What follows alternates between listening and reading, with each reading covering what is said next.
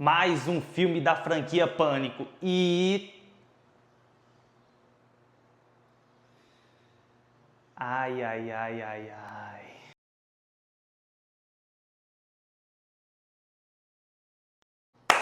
Fala, meus caros irmãos e irmãs. Meu nome é Victor Henrique e sejam muito bem-vindos a mais um vídeo do meu canal. E hoje é dia de falar de mais um filme dessa franquia que está completando 30 anos agora em 2026 e que foi responsável por trazer um novo frescor a um subgênero de terror que por muito tempo parecia estar estagnado, praticamente morto: slasher.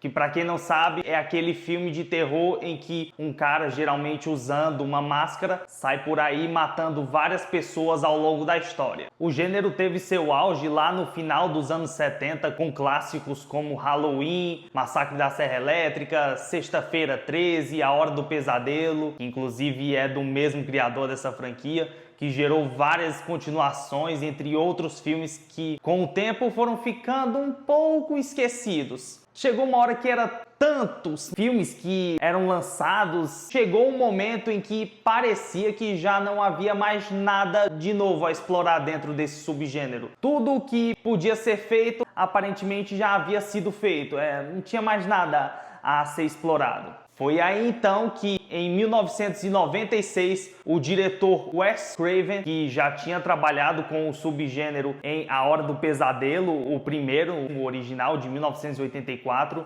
e O Novo Pesadelo, lá de 1994, aqui ele surgiu com um filme chamado Pânico, que se tornou um sucesso imediato ao se destacar por satirizar não apenas o subgênero slasher, mas também os filmes de terror da época. Fora que ainda havia todo aquele mistério de tentar adivinhar quem será que está por trás daquela máscara, quem é o Ghostface, será que é ele, será que é esse? Qual será o verdadeiro assassino? O que fez com que a franquia Pânico realmente se destacasse. Depois vieram outras sequências, o segundo em 1997, apenas um ano depois do primeiro, que brincava com a ideia de sequência, meio que uma sátira a sequências de filmes de terror. O terceiro em 2000, que ironizava o conceito de trilogia, com uma revelação do Ghostface que parecia até dar uma certa encerrada na história, culminando, fechando como uma trilogia. Então eis que vem o quarto, que esse aí demorou mais, foi lançado em 2011, que pra mim era o mais fraco da franquia, pelo menos até então. A revelação do Ghostface é a mais fraca de todas. Você fica... Muitos anos se passaram e quando todos achavam que a franquia havia realmente se encerrado de vez, ainda mais após o falecimento do Wes Craven em 2015, parecia que não haveria mais nenhum filme dessa franquia, né? Ô inocência nossa!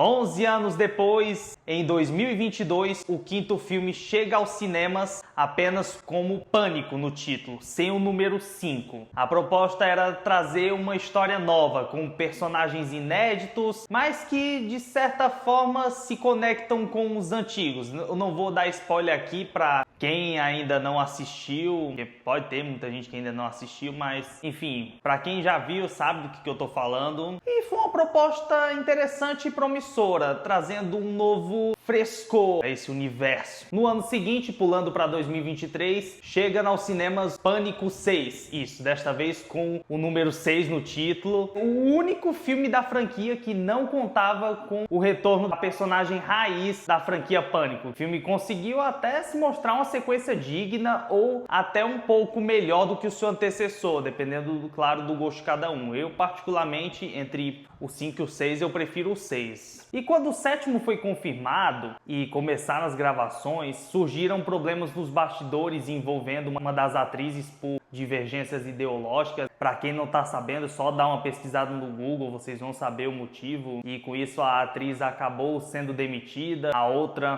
principal, que era a personagem interpretada pela Jenna Ortega, ficou inconformada com a situação e também optou por sair, deixando o filme praticamente sem protagonistas. E aí foi então decidido que, para não cancelar a franquia, o novo filme traria de volta a protagonista que iniciou tudo e também garantindo um recomeço para a história. Olha, pessoal, eu vou ser bem sincero. Eu gosto muito da franquia Pânico, gosto muito. Das franquias de slasher é a minha preferida, porque é uma das poucas que não é tipo assim aquela franquia cujas sequências entram naquela palhaçada como outras franquias, por exemplo. Por mais que as suas continuações não sejam tão impecáveis quanto outras, claro, dependendo do gosto de cada um, nenhum filme até então me fez sair do cinema cansado ou apático. Isso, claro, pelo menos até agora. Pois é, gente, é com dor no coração que eu tenho que dizer isso. Pânico 7 é, pelo menos pra mim, o pior filme da franquia. É triste ter que admitir isso, pois eu tinha uma boa expectativa para esse filme, principalmente por conta do retorno da Neve Campbell. Porém, nem isso conseguiu se salvar. Nem os personagens novos ajudam muito, porque simplesmente não geram nenhuma empatia. Além disso, os próprios atores não têm muito carisma e as situações pelas quais eles passam no filme acabam sendo praticamente o mais do mesmo do que a gente já viu nos filmes anteriores, principalmente no primeiro filme. Eu diria até que Pânico 7, na verdade, é um grande fanservice do primeiro filme. E fanservice, gente, é bom. Eu mesmo gosto de fanservice. Porém, quando é usado corretamente, o que infelizmente não é o caso aqui. Porque cada arco, cada detalhe, cada composição, passo a passo é todo copiado e colado do primeiro filme, sem nenhum retoque ou mínima inspiração. Por exemplo, tem aquela clássica Final Girl que tem um namorado que todo mundo considera suspeito, os amigos ao redor que ficam teorizando quem será que é o Ghostface da vez. Até as situações acabam sendo as mesmas. Tem aquela situação de perigo em que dizem, ó, vocês não podem sair porque senão vocês estão correndo perigo, vocês têm que ficar em casa para não serem pegos. Mas aí eles vão lá e saem mesmo assim. Meu Deus, gente. E falando ainda desses personagens novos, pense numa turminha sem sal. A atriz que faz a filha da Sidney, inclusive, em um determinado momento do filme, ela até ganha um arco que é bem interessante de se acompanhar. Com ela querendo aprender a não ter medo e querer enfrentar o Ghostface ao invés de fugir para sempre, o que é bacana, sabe? Isso aí realmente é diferente do que a gente já viu. Só que o roteiro simplesmente volta atrás, ao invés de explorar essas coisas novas, o roteiro decide voltar atrás e resolve repetir a mesma fórmula, seguir os mesmos passos que a franquia já usou antes. Isso é uma pena, porque essa ideia poderia ter dado um ar de originalidade para a franquia. Falando agora sobre a volta da Final Girl raiz, Sidney Prescott, interpretada novamente pela Neve Campbell, que aqui volta ao papel, nem parece a mesma personagem que a gente viu nos outros 5 filmes. Sim, são 5, porque no 6º filme ela nem aparece. A impressão que dá é que ela nem queria ter voltado, que não parece a mesma personagem. E eu também não podia deixar de falar de uma das coisas mais interessantes da franquia Pânico, que sempre deixava a gente preso e curioso, que é a revelação de quem está por trás daquela máscara.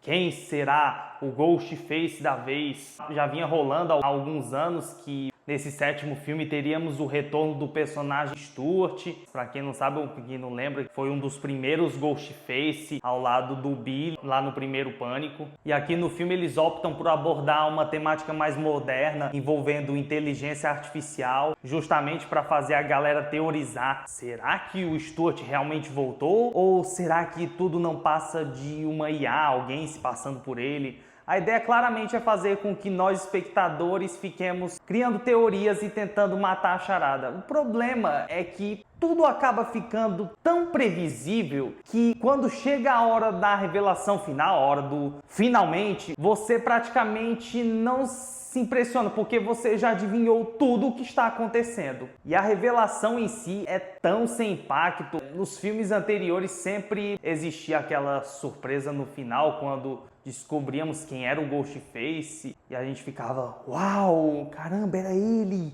Muitas vezes a gente até tinha uma suspeita ou uma hipótese, mas quando a verdade aparecia, era aquele momento, né, do uau! Mas aqui, Infelizmente isso não acontece, principalmente porque os personagens envolvidos na revelação não foram aproveitados o suficiente dentro da trama, eu juro. É simplesmente assim, de todos, eu posso afirmar sem dúvida, de todos os filmes da franquia Pânico, em termos de revelação final, de descobrir quem é o mascarado da vez, esse daqui, ó, fiquei em último, viu? Esse infelizmente não dá pra impressionar. Infelizmente não dá. E o que era para ser um grande final, aquele momento de grande confronto entre a Final Girl, no caso as duas Final Girl, né, que tem a mãe e a filha, com Ghostface, que é quando a gente normalmente fica tenso, com medo de que algo aconteça com as heroínas, acaba sendo um clímax bem sem graça. E infelizmente, mais uma vez, porque eu queria muito ter gostado desse filme. Pois é, gente. Pânico 8 já está confirmado e provavelmente deve sair ano que vem, assim como foi o Pânico 5 pro 6, saiu um ano depois. Vamos torcer para que o próximo seja melhor do que esse, porque uma franquia tão bacana e divertida quanto o Pânico merece mais do que isso. E pois é, galera, essa foi a minha opinião sobre Pânico 7. Se vocês concordam ou discordam da minha opinião, deixem aí nos comentários o que vocês acharam do filme. Vou gostar muito de ler a opinião de vocês também. Muito obrigado para quem ficou comigo aqui até o final do vídeo e até o próximo review.